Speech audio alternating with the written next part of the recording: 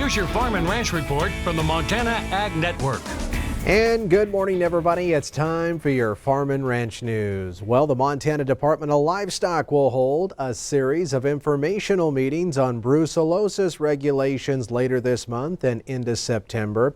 The Montana Department of Livestock's brucellosis program veterinarian Dr. Eric Liska says he'll be discussing the expansion along with the enforcement of the vaccination rule, plus some other general information about Montana's designated surveillance area. One of the big topics here is of course, brucellosis regulations. That includes vaccination regulations that went into place in 10 counties in southwest and central Montana in October of 2018. So those regulations include vaccination. For the most part, it's outreach to the producers to discuss those regulations and the impact of them.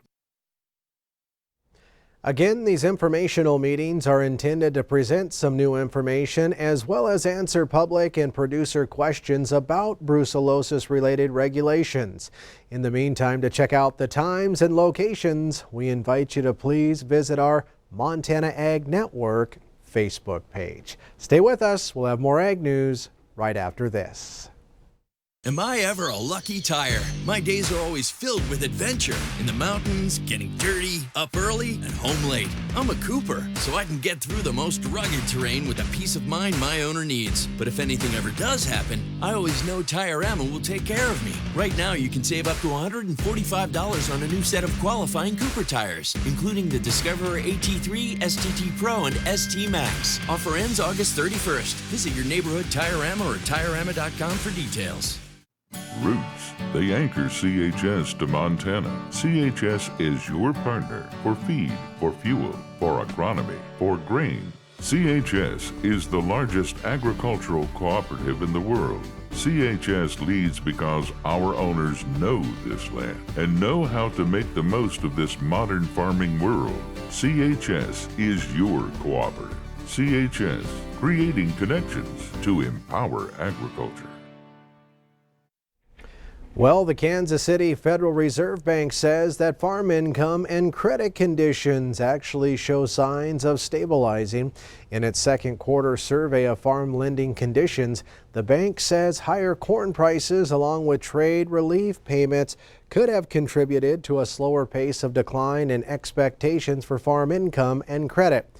Although farm income was expected to decrease in the third quarter of 2019, they say the pace of decline is expected to be the slowest since 2014.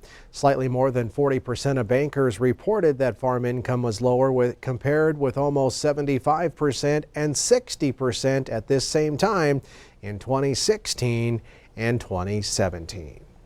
The American Trucking Association says that slower economic growth and a slight increase in supply will cause a shortage in truck drivers to ease a little bit by the end of the year, but the combination of a tight labor market and an aging driver population will still keep the shortages near its peak of nearly 61,000 drivers last year. The driver shortage poses a problem for the entire supply chain, including agriculture, because over 71% of all freight tonnage is still moved on our nation's highways. The report details the factors that contribute to the shortage. Among them are an aging driver population, increases in freight volumes, as well as competition from other blue-collar type careers.